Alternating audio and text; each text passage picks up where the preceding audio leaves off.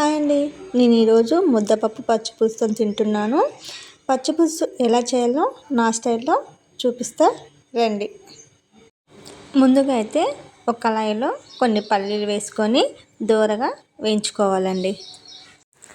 ఒక 4 పచ్చిమిరపకాయలు అయితే తీసుకున్నానండి. చిన్న చిన్నగా కట్ చేసుకుంటున్నాను. చూడండి, చిన్న చిన్నగా కట్ చేస్తున్నాను. అలాగే 3 ఆనియన్స్ తీసుకున్నాను.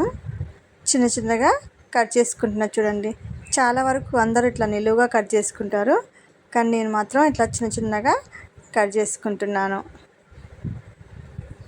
వేయించి పెట్టుకున్న పల్లీలు పౌడర్ చేసుకోవాలి. ఇప్పుడైతే ముందుగా నానబెట్టుకున్న చింతపండును ఇలా మంచిగా గుజ్జు తీసుకోవాలండి. ఇప్పుడు ఆ చింతపండు గుజ్జులో ఒక 2 గ్లాసుల వాటర్ పోసుకోవాలి. టేస్ట్కి సరిపడా కల్లుప్పు తీసుకోవాలండి. మన ఇష్టం, చూసుకుంటూ మధ్యలో చూసుకుంటూ కలుపుకోవాలి. ముందుగా రెడీ చేసుకున్న పల్లి పొడి యాడ్ చేసుకోవాలి.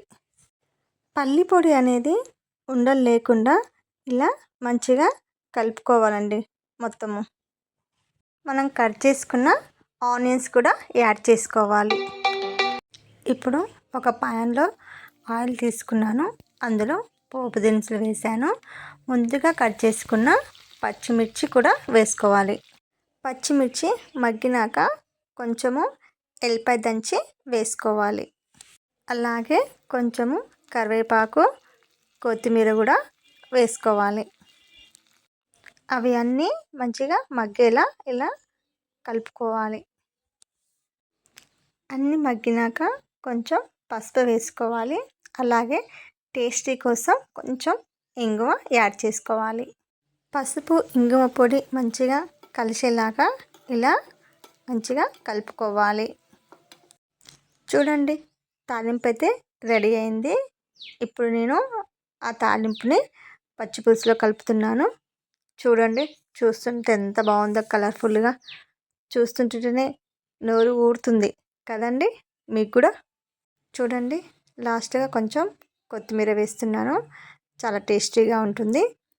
ఇప్పుడు వచ్చేది సమ్మర్ కదండి. పచ్చిపులుసు చేసుకొని రోజు వేడి వేడి అన్నంలో తింటే చాలా అంటే చాలా మంచిదండి. చాలా చలవ కూడా. మీరు కూడా ట్రై చేసి చూడండి. చూసారు కదండి, నా స్టైల్లో పల్లి పొడితో చేసిన పచ్చిపులుసు. మీకు కూడా నచ్చినట్లయితే నా ఛానల్ని షేర్ చేసుకొని లైక్ అండ్ సబ్స్క్రైబ్ చేసుకోండి ఫ్రెండ్స్. బాయ్.